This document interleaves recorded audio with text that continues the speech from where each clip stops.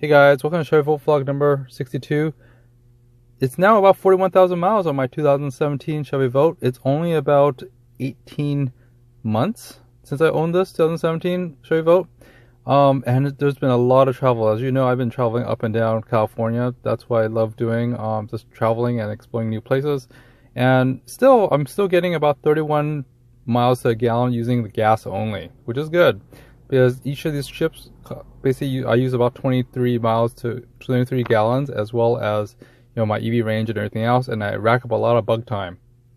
Bug splatters on my headlights, on my grill, and rocks hitting my grill too. So I'm glad I have my grill on my the grill DIY grill. You can see a link below. I also tested the whole power button thing if you drive it, and stuff. So you can see a link of that too for that that video. What happens if you push the button while you're driving, the power button.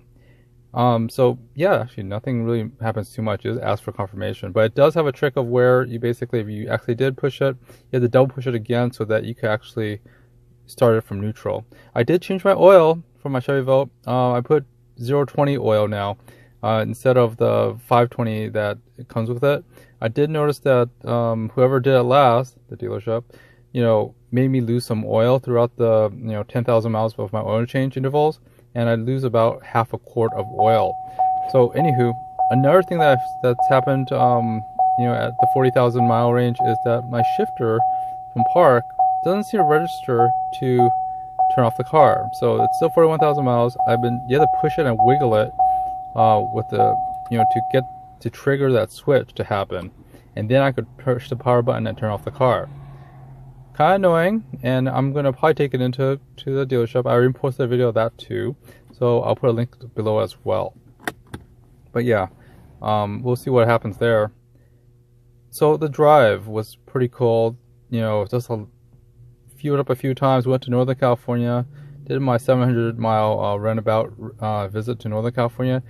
Got to sat in and see the Tesla 3, which is pretty nice. It's really cool. Very, very minimalistic. I'm sure you've seen all the videos online about the Tesla 3 and all stuff like that, and the little weird ball controls and the main center screen console. What I found out was that the person sitting in front of me slid the chair over my feet. There's no cavity for the feet, so it basically just crushes my feet. So that might be one complaint, but the view of that all glass roof line was beautiful. That was pretty awesome to see an all glass roof. Not sure what happened in a crash, but still. Had some great food in Northern California, like always. This is basically a fish broth soup, with veggies and short ribs, and also visit some Japanese gardens in Southern California, in Long Beach. And this was at California State University, Long Beach. They actually have a Japanese garden there, and it was very beautiful. I'm not sure why, but this reminded me of the fact that I'm going into my midlife stage. I'm basically just got the big 4-0, and I'm just wondering, what is there to life and everything, and visiting these gardens and stuff just slowed me down for a while to think, am I getting older? Is my eyesight going?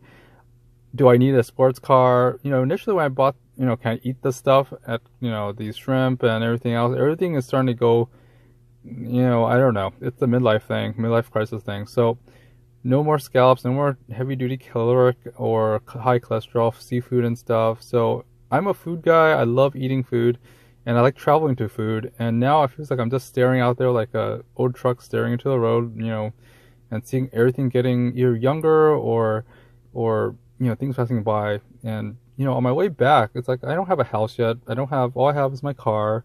I can't afford a house in California. So long story short is that just getting a little midlife crisis thing going on while I was driving back. But then, as I was driving back and clocking up those bug miles, I not bumped, but I basically saw this Porsche Macan. And we were both driving at the same pace, up hills and down hills, up the Pacheco Pass and everything else. And we were keeping pace with each other without a problem. It was like eating Kobe beef. It was so enjoyable to drive along with this other car, and then basically pass each other, and then signal each other afterwards.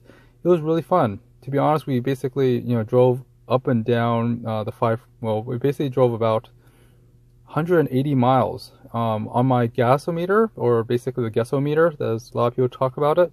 You know, driving along, I was just euphoric, seeing the clouds and everything else. And this is not it, of course. The I-5 is the desert. But driving along with that Porsche was really fun. Even though we were driving along the speed limit and just passing other cars, it felt really exuberating to drive next to a Porsche, knowing that my car is $30,000, $35,000 car, and compared to a $50,000 Macan, you could still power up anywhere and drive relatively comfortably and efficiently. I was in love. I was totally in love. As the sunset, it was just so beautiful. And I was thinking, maybe I should get a Porsche or something. And then I was daydreaming and just seeing the beautiful sunset.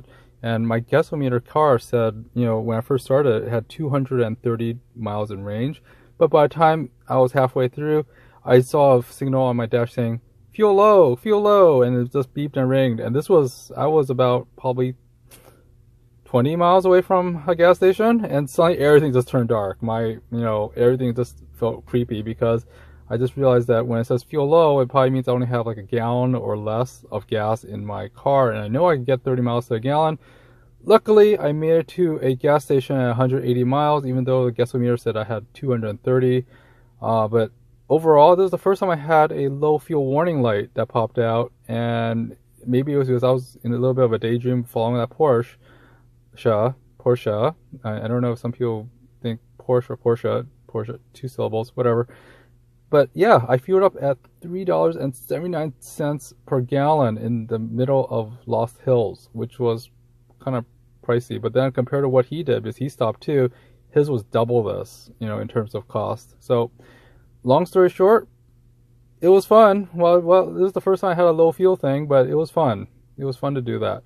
To just drive the car like, sporty and stuff, and basically had a quick talk with the Porsche guy, and he saw that, and it's like, wow, he kept up pretty well. And it's a hybrid. He didn't know about the Volt at all, the Chevy Volt, but he was pretty impressed as well.